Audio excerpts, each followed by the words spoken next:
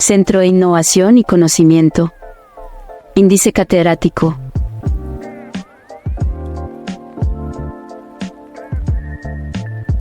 Y de Educación en Salud. Cordial saludo a todos. Desde el Centro de Innovación y Conocimiento Índice Catedrático y de Educación en Salud, nos alegra profundamente darle la bienvenida a este espacio de desarrollo profesional y personal. En IDE Educación en Salud, creemos en las personas y en su potencial. Por eso, trabajamos cada día para hacer el conocimiento accesible a todos, utilizando estrategias de enseñanzas innovadoras y flexibles que se ajuste a las necesidades de cada estudiante. En IDE, el conocimiento es libre como el viento y aprender es un derecho. Iniciamos la capacitación de hoy, con la participación del docente Álvaro Edgardo García Uzcategui, terapeuta respiratorio, especialista cuidado crítico cardiopulmonar con más de 32 años de experiencia en la rehabilitación, cuidado e intervención cardiorrespiratoria. Álvaro se ha desempeñado como docente en diferentes instituciones del país. Actualmente es coordinador académico en una de las instituciones reconocidas de Colombia, donde se destaca su aporte en formación catedrática de excelente calidad, formando profesionales íntegros en el área de salud. En su carrera profesional, ha trabajado en instituciones de prestigio de Colombia. Los invitamos a vivir una experiencia única de aprendizaje. Por favor, mantengan los micrófonos apagados, para una mejor experiencia y sigamos las indicaciones del docente para el desarrollo de las actividades. El día de hoy vamos a tratar un tema bastante interesante.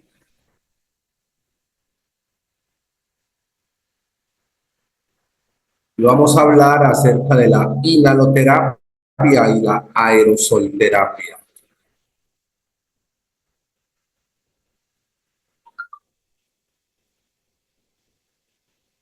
Entonces, bienvenidos sean todos a este encuentro en el cuidado integral de las vías respiratorias. Y el tema de hoy es la aerosolterapia. Es una práctica, quiero que tengamos presente, que es una práctica muy utilizada en el cuidado respiratorio del diario vivir, y es una manera muy eficiente pues de poder administrar medicamentos en las vías respiratorias. Entonces, la administración terapéutica de los aerosoles, pues al igual que como hablábamos en los días anteriores del oxígeno, pues también es un proceso terapéutico. ¿Qué quiere decir que sea un proceso terapéutico? Pues quiere decir que tiene indicaciones y que también tiene contraindicaciones. ¿Cómo podríamos definir en un término muy entendible la parte de la aerosolterapia? La podemos definir como un proceso, un sistema de administración terapéutica de aerosoles que van a impactar en las vías respiratorias, aerosoles que van a generar un efecto terapéutico en las vías respiratorias. Y al hablar de un efecto terapéutico, pues estamos hablando de que también nos puede generar complicaciones, también nos puede generar peligros. Y pues esos peligros tenemos que tener claro conocimiento, pues para evitar que ocurran, ¿verdad? Entonces, digamos que ese es el objetivo de nuestro encuentro en la tarde de hoy. ¿Cómo podemos definir un aerosol? Un aerosol lo podemos definir como la suspensión de partículas líquidas en un volumen de gas. Por eso es que nosotros observamos que la aerosolterapia o las nebulizaciones de las que vamos a hablar en el día de hoy, las nebulizaciones, pues es un líquido. Pero ese líquido, por medio de un principio ya claramente establecido, se convierte en gas. Y ese gas ingresa a las vías respiratorias. Entonces, eso podemos definir que es un aerosol, ¿cierto? Es una suspensión líquida en un volumen de gas. Pero los gases de los que hablamos en el cuidado respiratorio, los aerosoles que manejamos en el cuidado respiratorio, que son artificiales, que sabemos que son artificiales, deben tener unas características especiales, empezando por el tamaño del gas, porque los medicamentos y las soluciones que se aplican de manera gaseosa por medio de aerosoles a las vías respiratorias tienen un tamaño específico que realmente generen un impacto terapéutico sobre las vías respiratorias.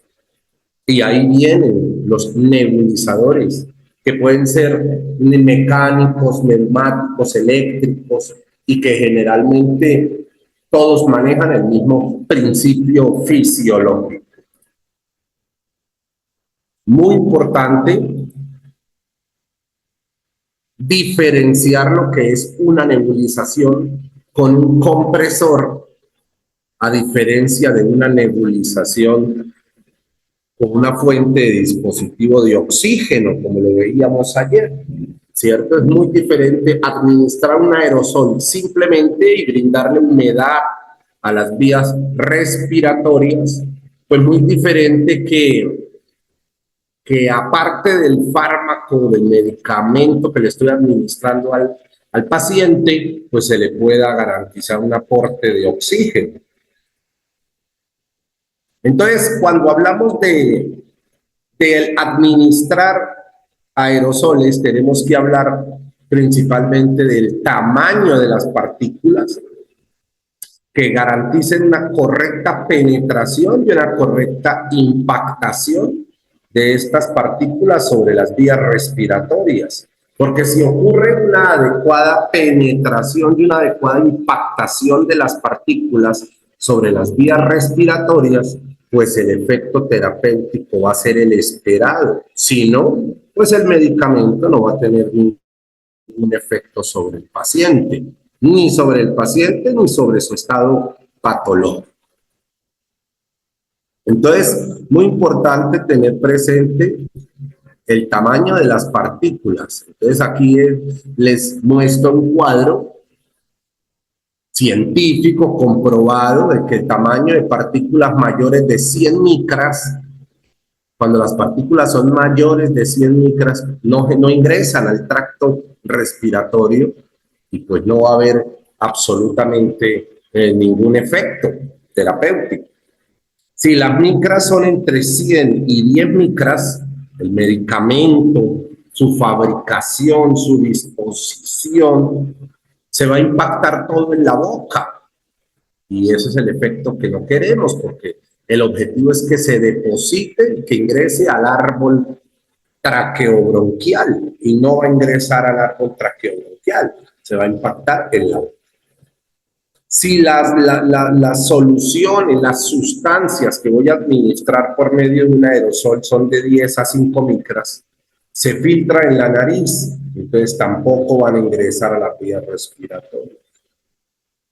Las soluciones, las sustancias entre 2 y 5 micras se van a depositar en los bronquios y en los alvéolos, de 2 a 1 micra van a ingresar en un 95 a un 100% en los alvéolos, que es el efecto deseado, y las partículas menores a 1 micra pues ingresan y salen sin dejar ninguna penetración y ningún impacto.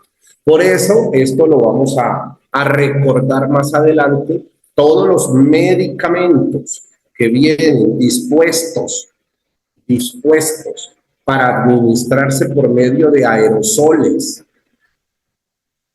en las vías respiratorias vienen diseñados entre 1 a 5 micras, que son los que generan un depósito bronquial y principalmente un depósito en los sacos alveolares.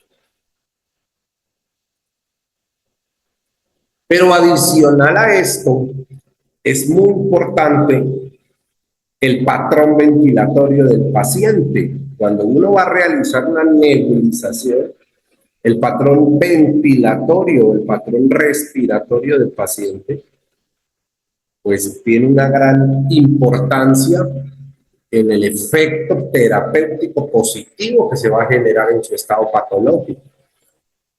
Obviamente no podemos pretender que un paciente con una crisis asmática o un paciente con una patología que le genere una gran dificultad respiratoria, pues ese paciente pueda tener un patrón ventilatorio adecuado, porque su mismo estado patológico le impide.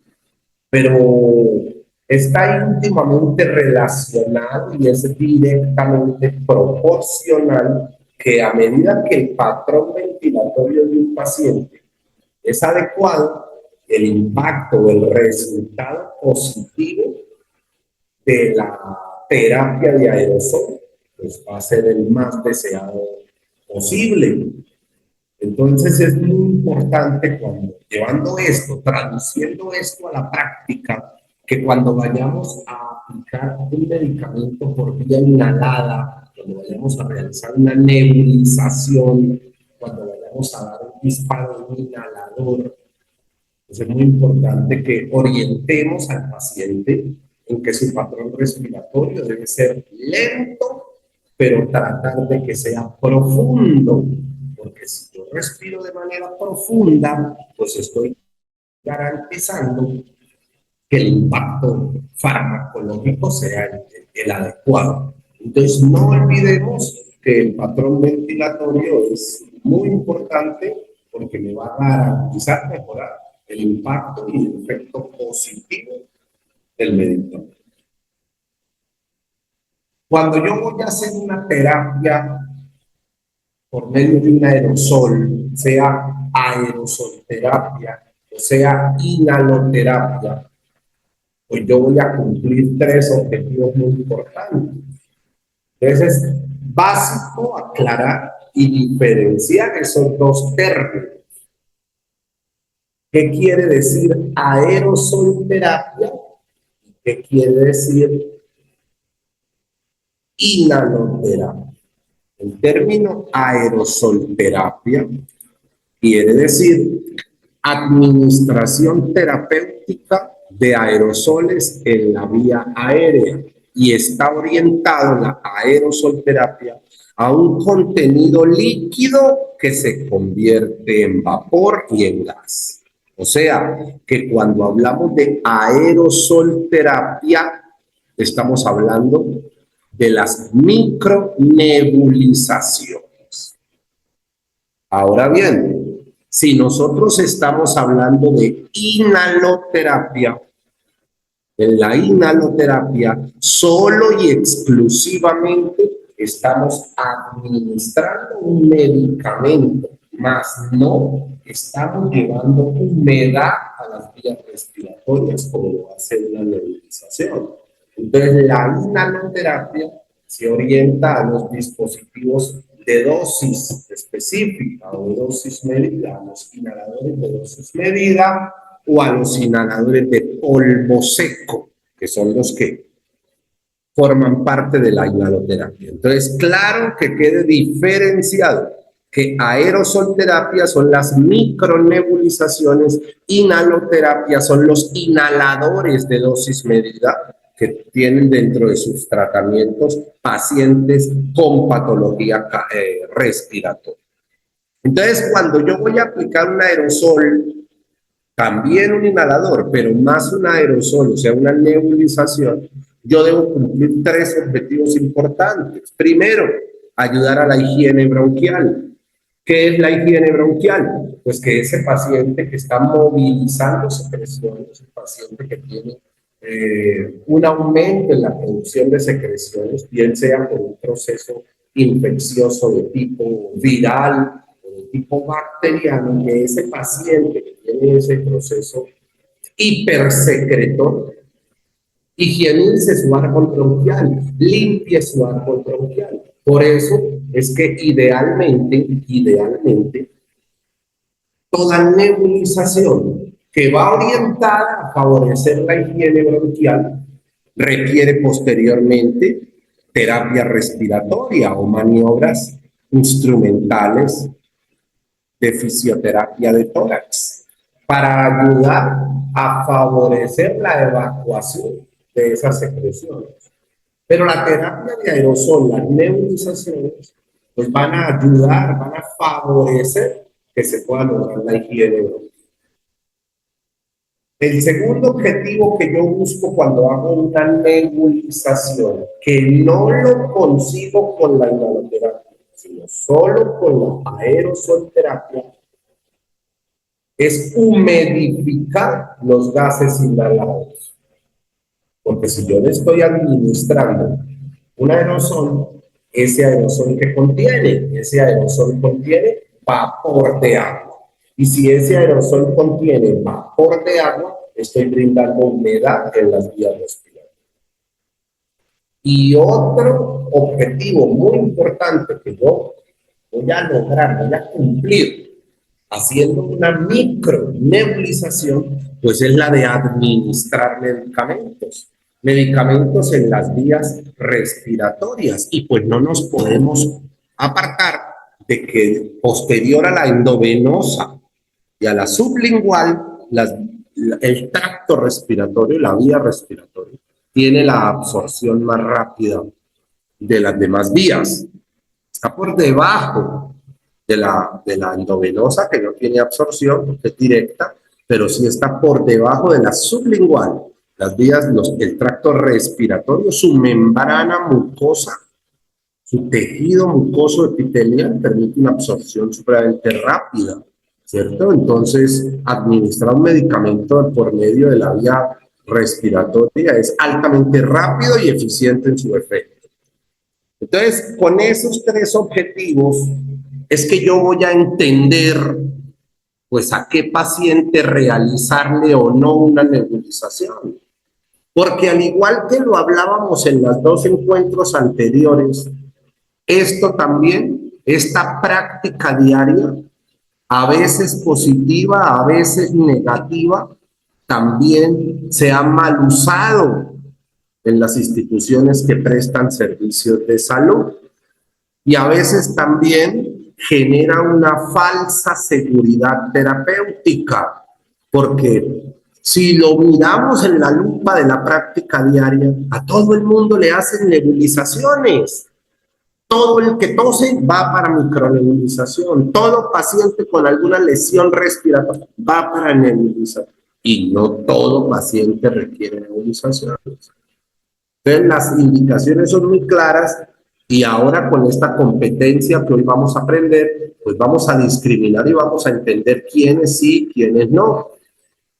Igual que el oxígeno, puede generar una falsa seguridad terapéutica. ¿Por qué puede generar una falsa seguridad terapéutica? Porque tiene peligros, porque es peligrosa. ¿Y por qué es peligrosa? Entonces aquí les estoy mostrando cuáles son los principales peligros de la aerosolterapia.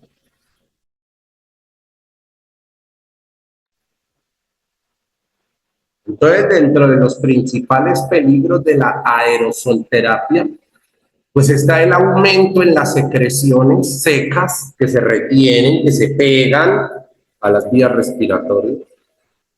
Ya vamos a explicar cada uno de ellos. Este peligro es difícil de entender, de por qué si a un paciente que tiene broncoespasmo le ordenan una nebulización para broncodilatarlo, un peligro es el broncoespasmo. Entonces es difícil de entender, pero ya lo vamos a ver.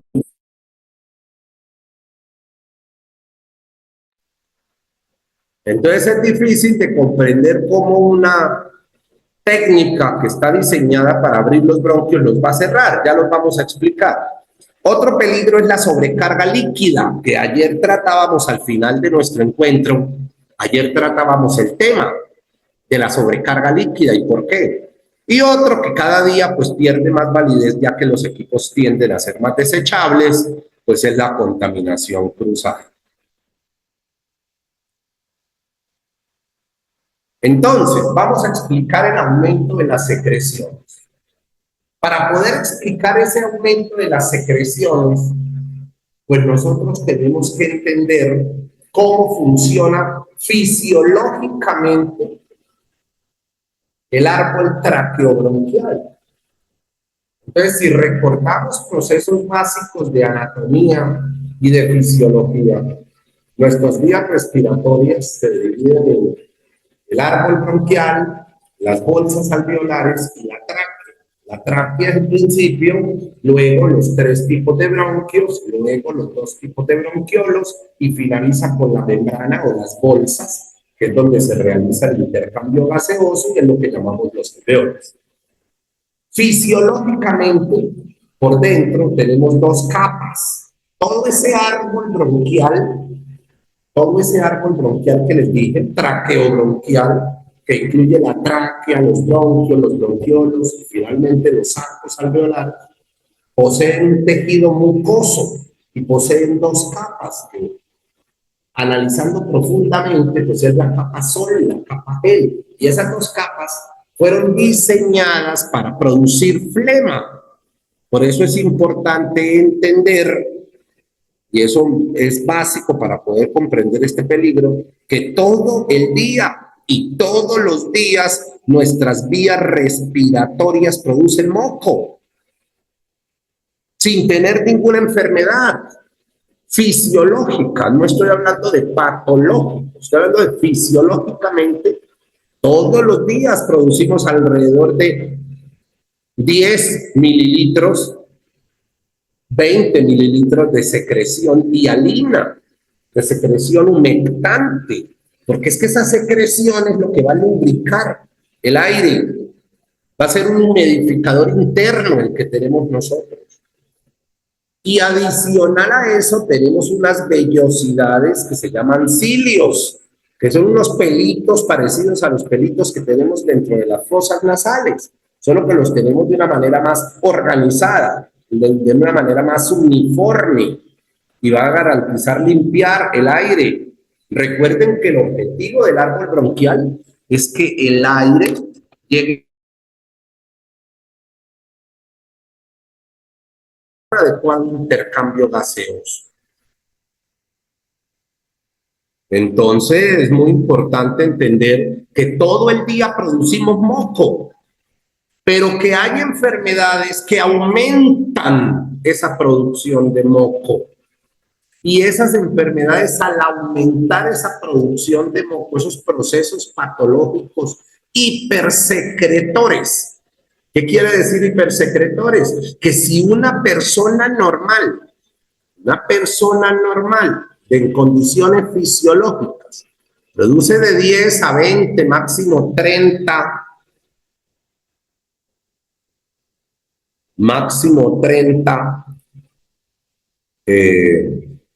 mililitros de flema, de moco,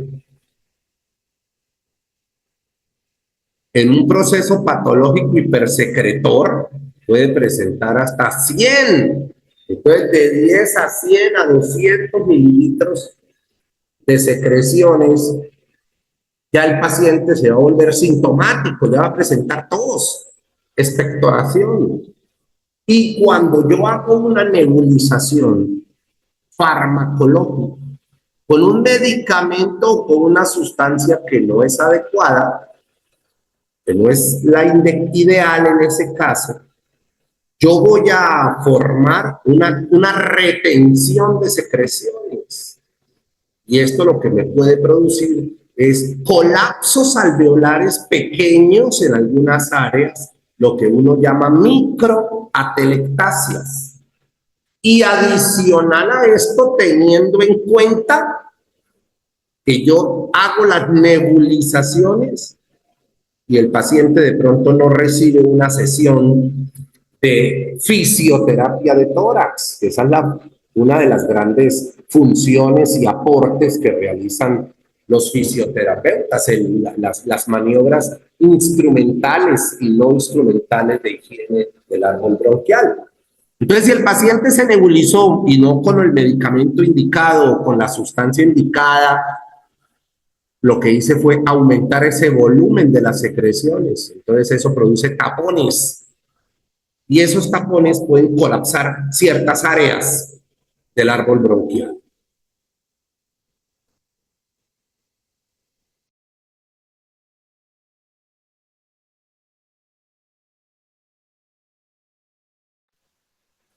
Entonces, es muy importante que tengamos presente que es un efecto terapéutico y que si tenemos ventajas también podemos producir estos peligros.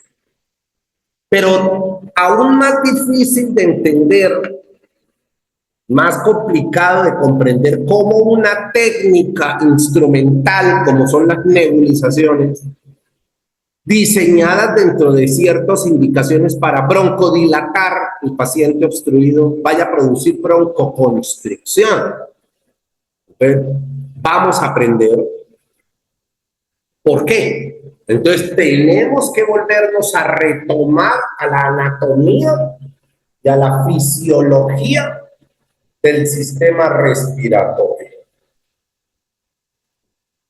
¿Qué tienen los bronquios? Porque nosotros hablamos de broncoespasmo, nosotros hablamos de broncodilatación, pero tenemos que entender qué tiene el árbol bronquial. Está formado por tejido conectivo para mantenerlo unido, pero está formado por músculo. Pero no son los músculos iguales a los del esqueleto, son músculos involuntarios. Y esta musculatura es muy sensible, es muy sensible. Entonces, ahora sí vamos a hablar del proceso patológico, de las enfermedades obstructivas como el asma, la bronquitis crónica, el EPOC, que si lo traducimos a la práctica, como a mí me gusta enseñar, a la vida real y no con teoría, pues es la gran mayoría de pacientes que muy seguramente muchos de ustedes tienen la oportunidad de manejar y tienen el contacto día a día y tienen esa oportunidad de brindarles un cuidado, tratamiento, familia, vecinos, pacientes con enfermedades obstructivas que cada día son más comunes por la herencia, por la contaminación, por el tabaquismo, por la obesidad, por el sedentarismo, por los malos estilos de vida. Y todo eso sumado ha hecho que se incremente la tasa de enfermedades obstructivas respiratorias. Entonces ese paciente, sus músculos de los bronquios son muy sensibles y con nada se pueden obstruir. Pues de hecho que esas enfermedades son producto de alergias generalmente, problemas crónicos de alergias. Entonces, volvemos a lo mismo. Si usted realiza una micronebulización porque piensa que le está causando un beneficio al paciente, pero sin el conocimiento farmacológico o sin el conocimiento terapéutico, ese medicamento puede irritar el árbol bronquial e irritar los músculos de los bronquios que acabamos de aprender que son muy sensibles. Y ellos, en vez de dilatarse, hacen un efecto rebote y se cierran. ¿Y cómo sabemos que se cierran? Pues porque el paciente empieza con tres cosas. ¿Cómo sé yo que el árbol bronquial está obstruido? Por tres cosas. Primero, tos. Y la tos es seca. La tos es un signo, cuando es seca principalmente, es un signo de alergia. Es un signo de irritación, es un signo de que me está diciendo que me estoy cerrando en la vía respiratoria. Entonces, otro signo es la dificultad para respirar, que quienes me han acompañado estas últimas dos clases aprendimos que se llama disnea.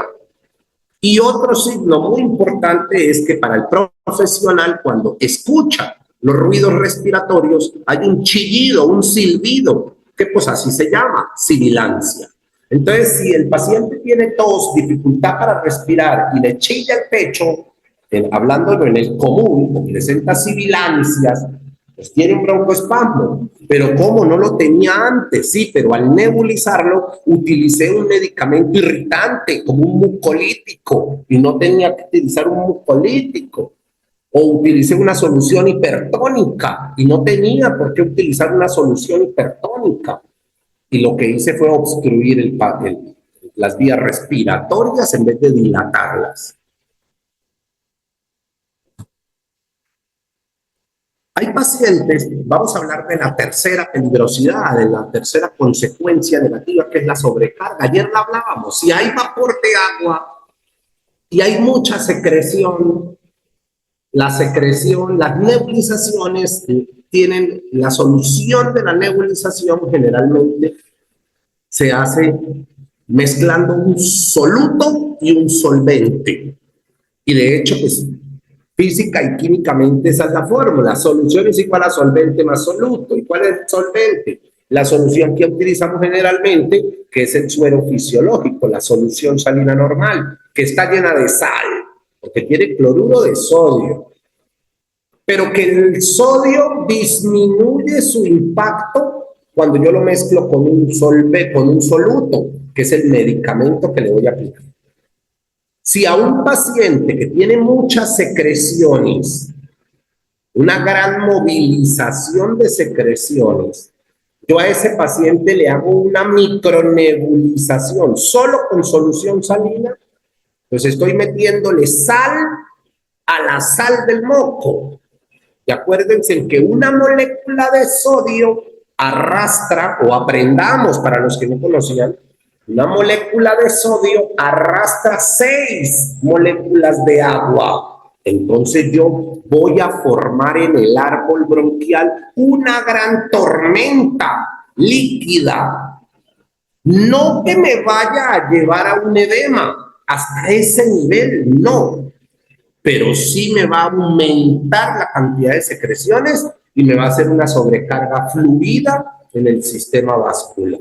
Entonces, las nebulizaciones cuando son hipertónicas, o sea, con mayor cantidad de sal, de sodio, o cuando son solo solución salina, no debe ser el paciente con una alta movilización de secreciones porque lo va a tapar. Le voy a hacer una carga líquida, como lo preguntaba ayer un compañero en el conversatorio. Entonces, tener en cuenta eso. Y el último peligro, pues casi que ya en este momento no es peligro, y menos después de que pasamos la pandemia, donde absolutamente nada se puede reutilizar y todo debe ser desechable. Pero en su tiempo, los equipos de nebulizaciones pues eran ligeramente desinfectados o esterilizados, pero no garantizaban el 100% de eliminación de microorganismos. Entonces, la contaminación era cruzada. Entonces, con estas peligrosidades, con estos efectos negativos, yo debo tener claro, yo debo tener totalmente establecido a quién sí, a quién no, y el que sí, cómo lo debo de hacer, que es lo que vamos a aprender. Cuando yo le hago una nebulización al paciente, pues generalmente dentro de la solución se manejan lo que hablábamos hace un rato, un soluto y un solvente. Y el solvente pues es la solución salina normal, el suero fisiológico normal. Entonces, una nebulización por lo general debe durar entre 15 y 25 minutos, teniendo en cuenta pues que la solución siempre lleva entre 3 y 5 cc de solución salina normal.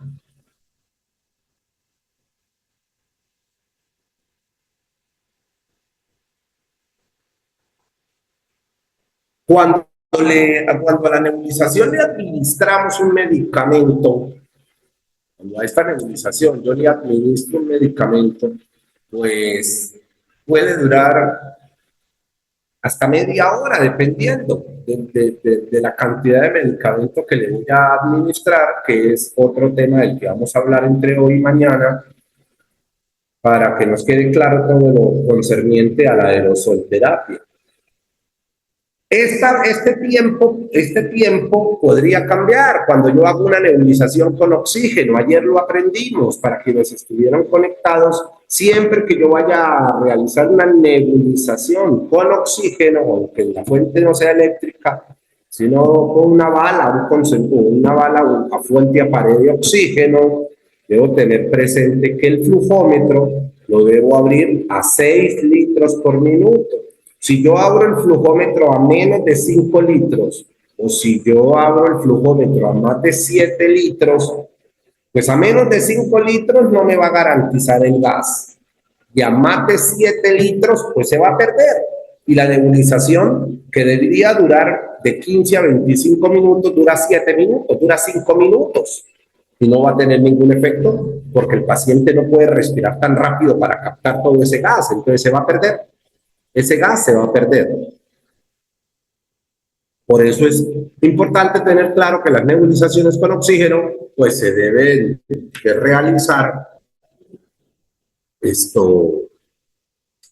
realizar a 6 litros por minuto. Aquí les estoy mostrando lo que uno llama un kit de micronebulización. Sencillo, el básico.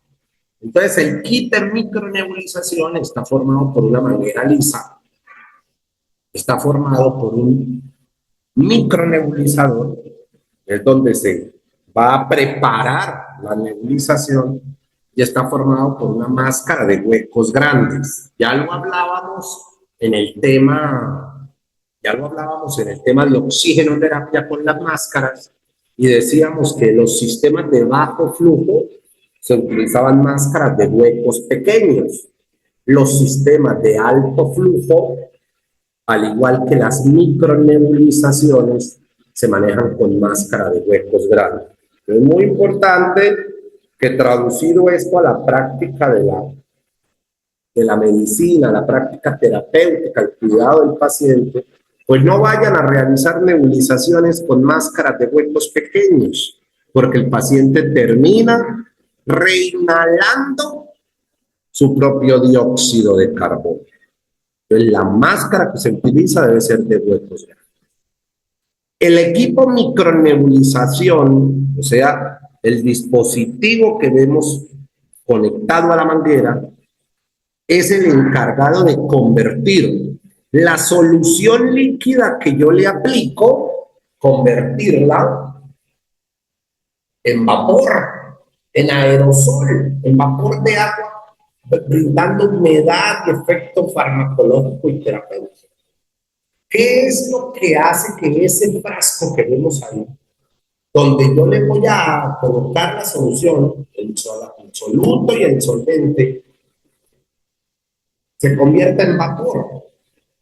Pues les quiero enseñar que tiene por dentro un dispositivo que se llama deflector de partículas.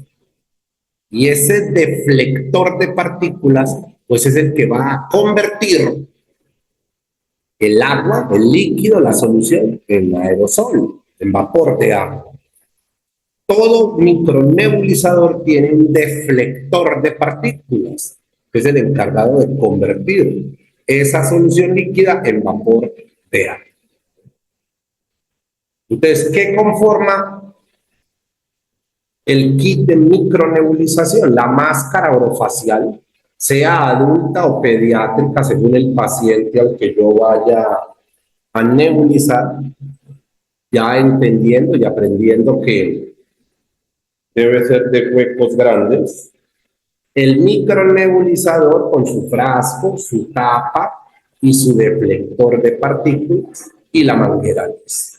Eso es lo que se llama el kit de micronebulización, que debe ser personal, no se debe prestar, se debe desechar cuando el paciente termine su proceso terapéutico final, no diariamente, pero cuando termine. su proceso terapéutico final para evitar contaminación hasta en él mismo. Cuando uno habla de los medicamentos, ¿cierto? Cuando uno habla de los medicamentos para nebulizar, pues ese es otro aspecto que tenemos que conocer. Yo les coloco ahí pues una imagen de los 3 medicamentos más utilizados en la realización de nebulizaciones. Y son 3 broncodilatadores que en este caso nos muestra la imagen, son el Verodual, el Atrovel y el pentilano salbutamol, que se deben administrar, que vienen diseñados, el tamaño de sus micras viene diseñado para administrarse de manera nebulizada y tienen un efecto broncodilatador bastante importante y la terapia es bastante asertiva en la recuperación del paciente. Entonces, las nebulizaciones me van a brindar eso, un espacio para yo poder administrar medicamentos. Antes de continuar, pues sí quisiera, digamos, romper el espacio formal y hacer un conversatorio rapidito de algunas dudas, algunas inquietudes, algunas preguntas que tengan con respecto a las nebulizaciones, si las han practicado, cómo las han hecho, qué preguntas tienen, qué dudas, para poder entre todos afianzar el conocimiento y hacerlo pues más asertivo. Entonces me gustaría pues preguntarles ¿qué dudas o preguntas tienen? ¿Me entendieron? ¿Les parece interesante? ¿Qué opinión tienen sobre el tema? Una pregunta, profe. Muy buenas tardes, Helen. Profe, una pregunta, pues no sé si, bueno, es una curiosidad, ¿no? Últimamente está de moda supuestamente los sueros, ¿no? Los sueros que dan por la vena. Pero ahora ofrecen sueros, pero con nebulizaciones, con micronebulizaciones. ¿Eso hace el mismo efecto? ¿Eso es dañino? ¿Eso no se debe hacer? ¿O qué concepto tiene sobre eso? No, bueno, los sueros por nebulizaciones no es que sean dañinos, pero tampoco es que hagan un efecto positivo. Helen, los sueros no hacen ningún efecto. Está comprobado, voy a volver a colocarlo para resolver la pregunta de Helen. Está comprobado. Me voy a retroceder.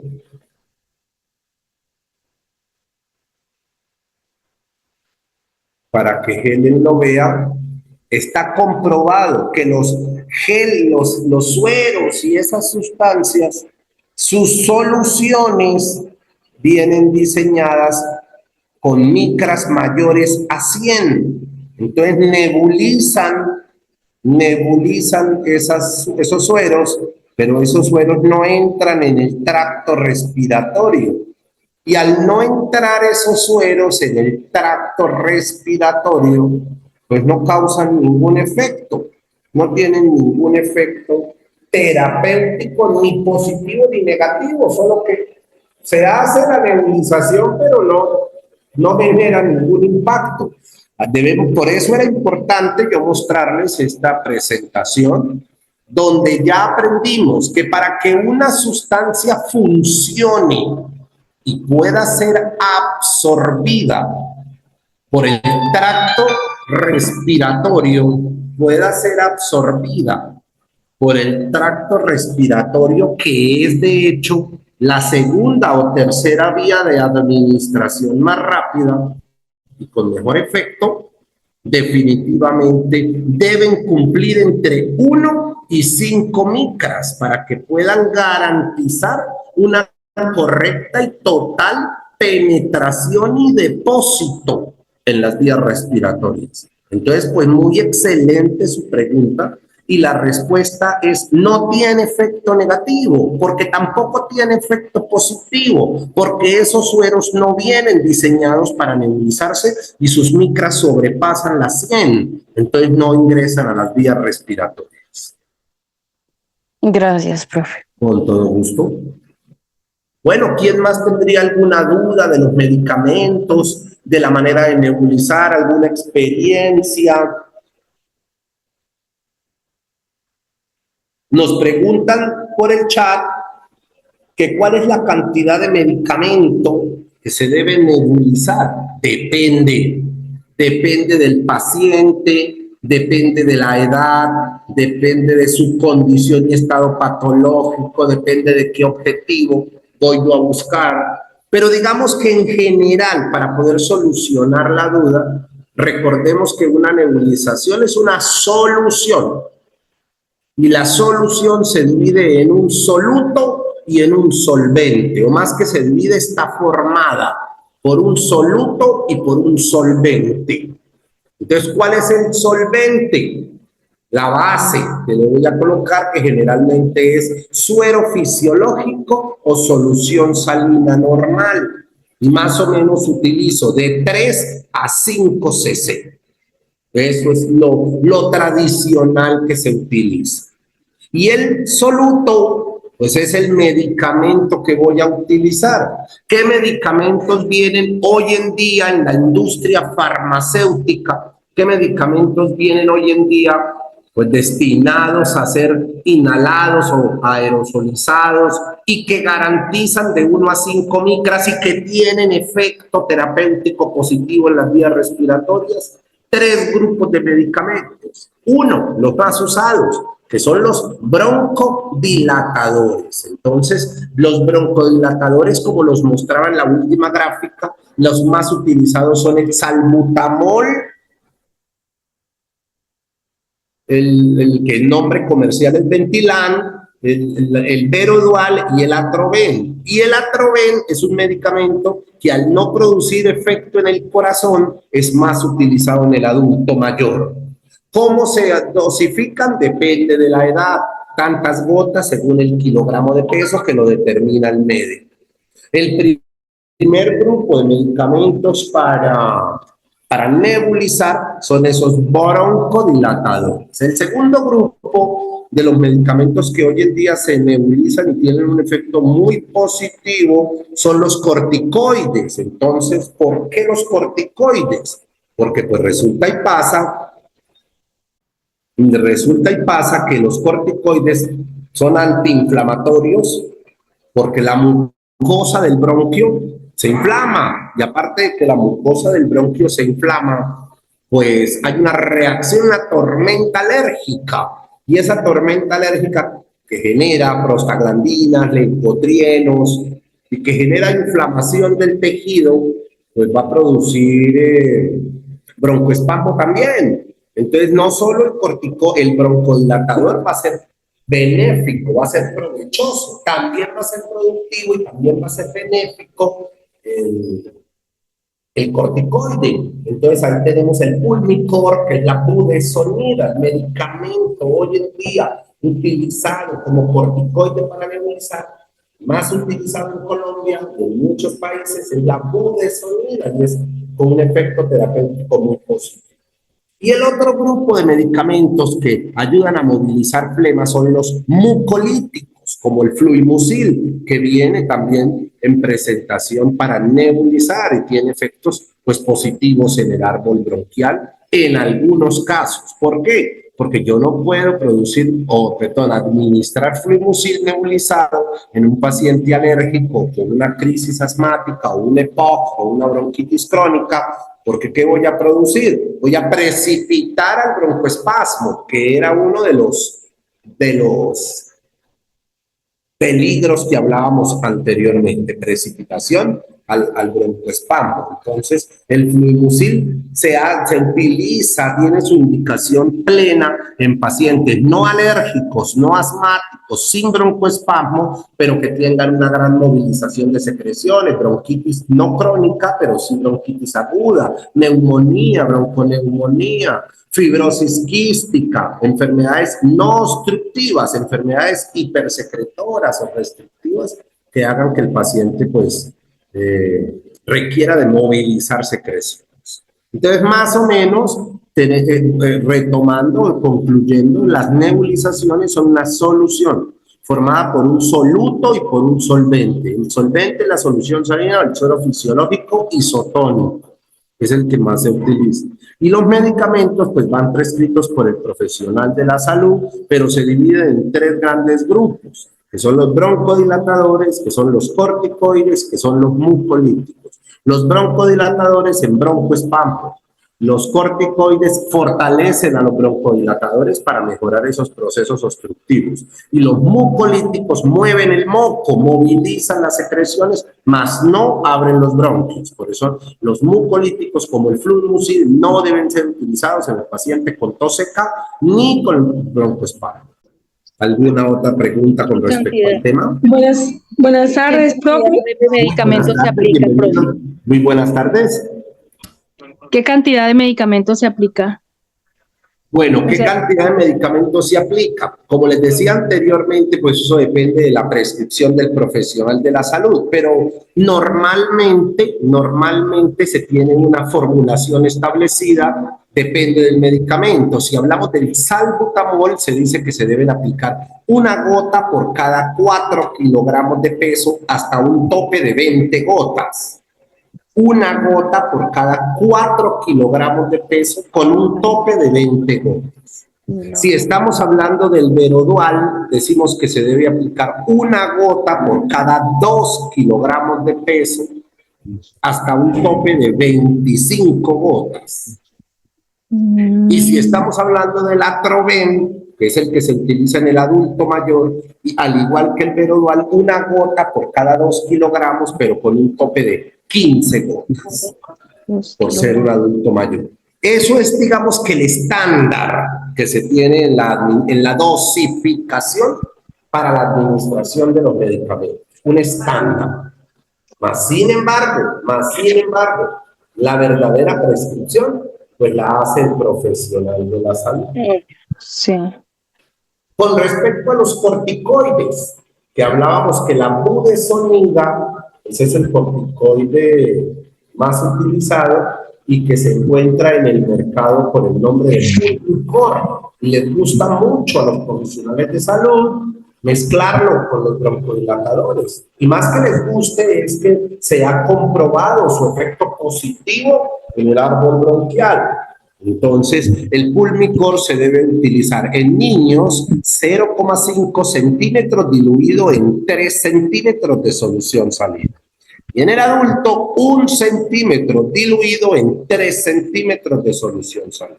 Pero entonces vuelvo y repito, eso es un estándar que se adoptó en la medicina tradicional, en la medicina adoptada. Pero eso depende pues, de la prescripción del profesional, de la formulación.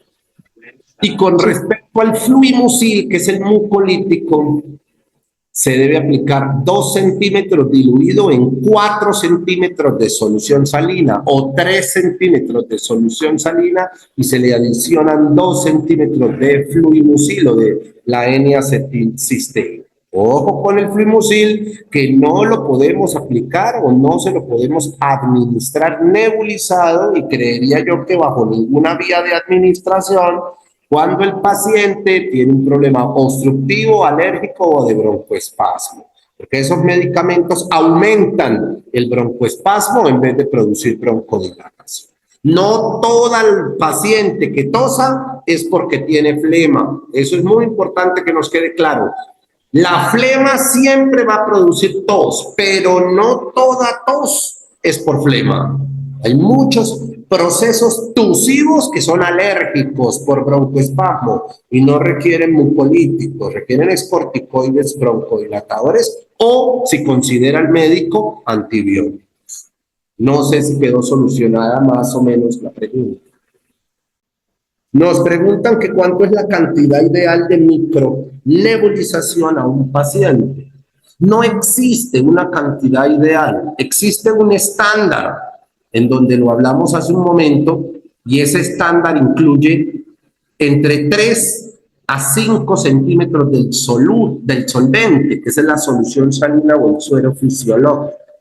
Y la dosificación, como la expliqué, ya sea de broncodilatadores, ya sea de corticoides o ya sea de mucolíticos. Depende de la formulación del profesional de la salud y de las necesidades del paciente. ¿Alguna otra inquietud o pregunta?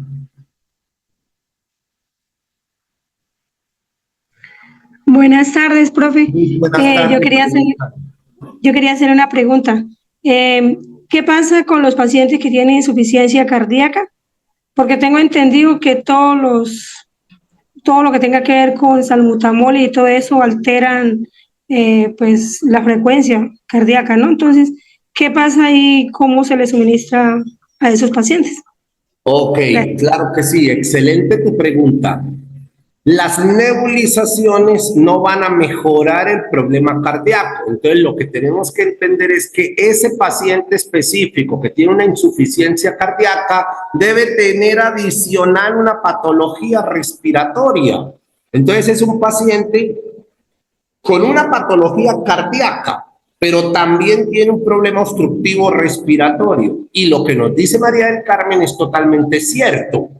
En pacientes con hipertensión pulmonar, con hipertensión arterial, de edad avanzada o que tengan alguna patología cardíaca, los broncodilatadores tradicionales no se deben administrar, no están indicados porque son taquicardizantes, aumentan la inotropía, o sea, la fuerza del corazón, y aumentan la cronotropía, o sea, la velocidad del corazón. Y como efecto pueden llegar a sentir o a presentar hasta una arritmia cardíaca. Los medicamentos como el salbutamol, el fenoterol, la terbutalina, que son broncodilatadores tradicionales, son taquicardizantes, son beta-2 adrenérgicos, estimulan el sistema cardiovascular y lo aceleran. Entonces, ese tipo de broncodilatadores no se deben utilizar. Se deben utilizar los otros broncodilatadores diseñados para el adulto mayor y para los pacientes con patología cardíaca. Y el principal exponente de esos medicamentos es el bromuro de ipratropio, que en el comercio o en la vida real, como me gusta a mí enseñarles a las cosas reales, se llama Atroven. Entonces, en pacientes cardíacos, hipertensos, de edad avanzada y con patologías cardiovasculares crónicas, no se debe utilizar los broncodilatadores tradicionales, se deben utilizar este tipo de broncodilatadores anticolinérgicos como el bromuro de ipratropio, que su nombre comercial es el Atroven.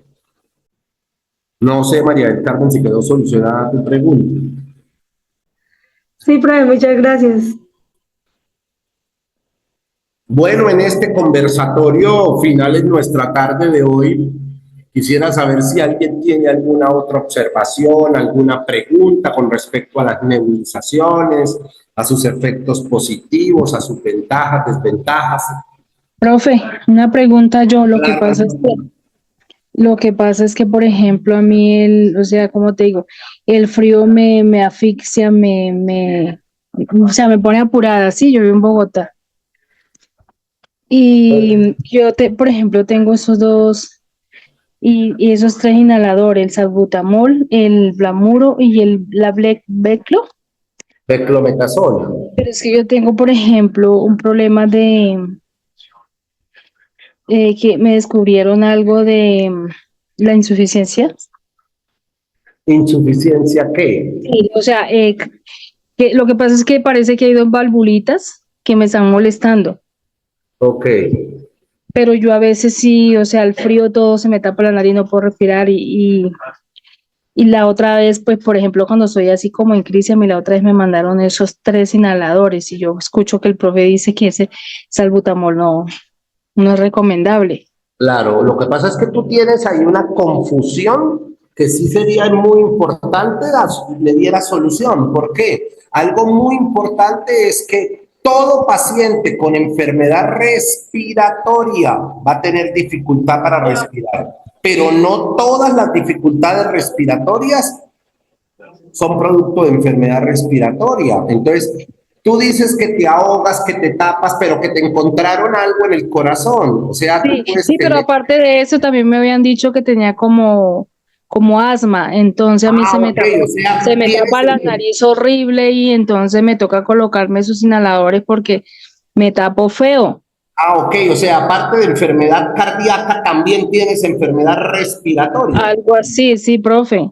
Ok, entonces la enfermedad cardíaca ya está diagnosticada o solo es una presunción.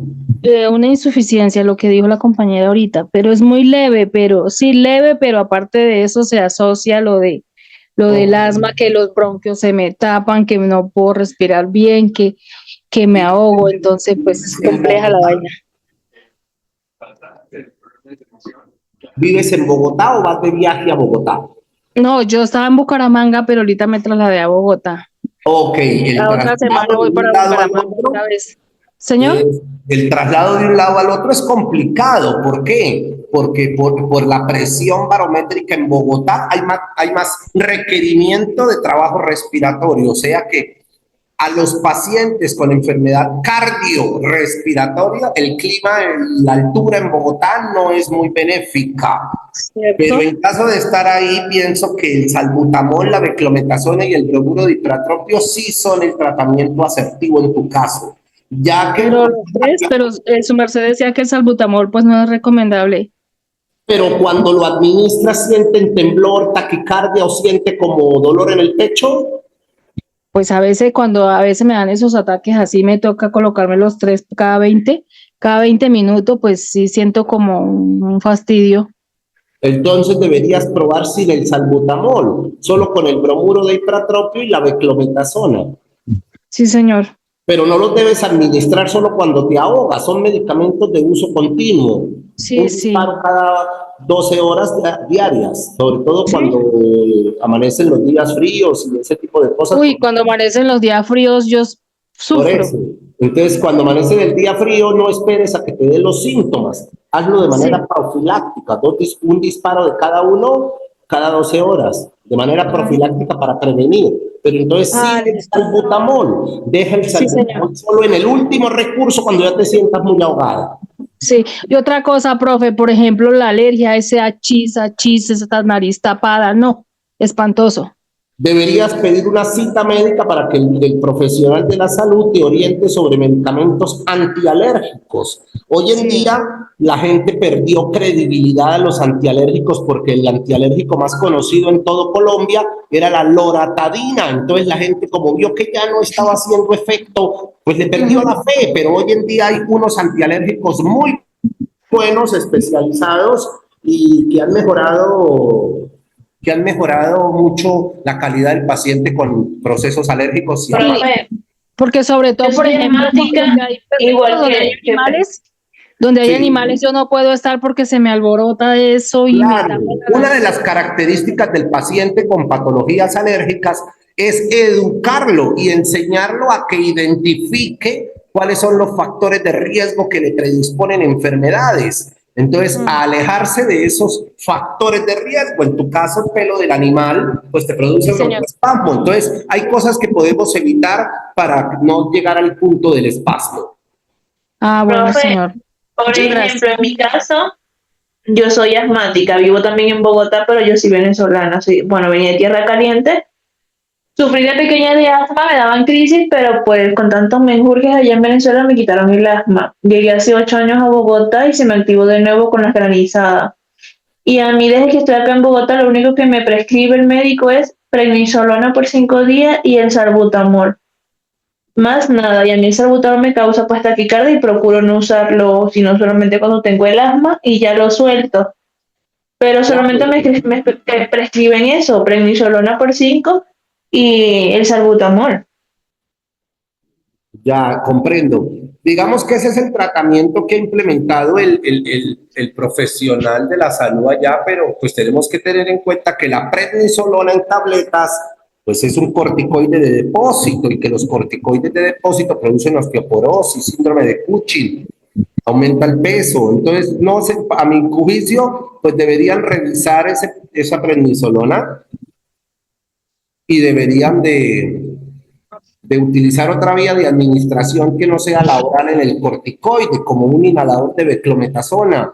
Y el salbutamol, pues sí, siempre te va a producir taquicardia, por eso solo se debe utilizar en el caso de obstrucción.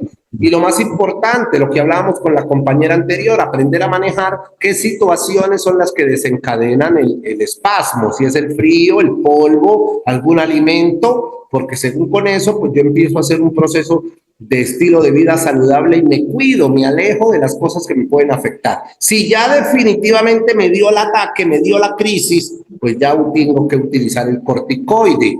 Y el corticoide elegido en los broncoespasmos, aunque produzca taquicardia, si el adulto no es tan de edad, pues sí seguirá siendo el salbutamol. Entonces, utilízalo solo en el momento de crisis. Otra pregunta, profe, ¿y esos dos, si yo me lo aplico cada 12 horas, no me alteran más lo de insuficiencia? ¿De cuáles medicamentos me estás hablando? Del Bramuro y el Beclo. No, el bromuro de ipratropio nunca te va a producir. ¿Del corazón? El bromuro de ipratropio nunca va a producir taquicardia, no toca el corazón, por eso es el medicamento ideal en el paciente con cardiopatía y de edad avanzada. No pasa nada. No pasa nada porque no toca el corazón, a diferencia de sí lo toca el Verodual, el salbutamol y el fenoterol. Sí, ¿y la Beclo? No, la beclometasona no tiene efecto taquicardizante porque la beclometasona es un corticoide, desinflama las vías respiratorias, pero no son broncodilatadores. Entonces, los corticoides no producen taquicardia. Los corticoides lo que producen es disminución del sistema inmunológico y osteoporosis cuando son en vía oral, como a la compañera que le dan prednisolona. Perfecto, profe, te agradezco. Con todo gusto. Bueno, no sé si hay alguna duda, otra duda o inquietud en esta tarde de capacitación que acabamos de tener. Excelente capacitación, profe. Bueno, pues me alegra mucho. Es un placer para mí poderles enseñar este tema de aerosol terapia. Ya el día de mañana, a la misma hora, a las 2:30 de la tarde, nos vamos a conectar para el tema de inhaloterapia. Y ahí vamos a aprender qué son los inhaladores de dosis medida, qué son los inhaladores de polvo seco, en quién sí, en quién no. Y el objetivo es cada vez ir adquiriendo más herramientas para poder generar un correcto y asertivo cuidado respiratorio al paciente. No sé si hay alguna otra observación o podemos dar por terminada nuestra sesión del día de hoy. Bueno, pues me alegra mucho, muchas gracias por sus comentarios y les deseo una excelente tarde y los invito mañana a las 2:30 de la tarde a volvernos a conectar en nuestro último encuentro de cuidado respiratorio con el tema inhaloterapia. Les deseo feliz tarde. Gracias, profe, igualmente. Tarde, muchísimas gracias. Profe, igualmente para todos. Con todo gusto, hasta luego, felicidades. Gracias y buena tarde. Queridos participantes, hemos llegado al final de esta enriquecedora capacitación en el Centro de Innovación y Conocimiento Índice Catedrático y de Educación en Salud. Quiero agradecerles profundamente por su compromiso y participación activa. Su dedicación no solo enriquece su aprendizaje, sino que también fortalece el propósito de nuestra misión, brindar formación continua y de alta calidad que se adapte a las necesidades del sector salud y de la comunidad en general. Nuestra promesa es seguir innovando y ofrecer formación de calidad, garantizando que cada uno de ustedes esté preparado para enfrentar los retos de su profesión con excelencia y empatía. Estamos comprometidos a ser su aliado en este camino de formación continua. Su éxito es nuestra mayor satisfacción. Para temas académicos, capacitaciones, cursos y certificaciones, comunicarse al 321-316-2248. Gracias por confiar en nosotros. Los espero en nuestras próximas capacitaciones. Hasta pronto.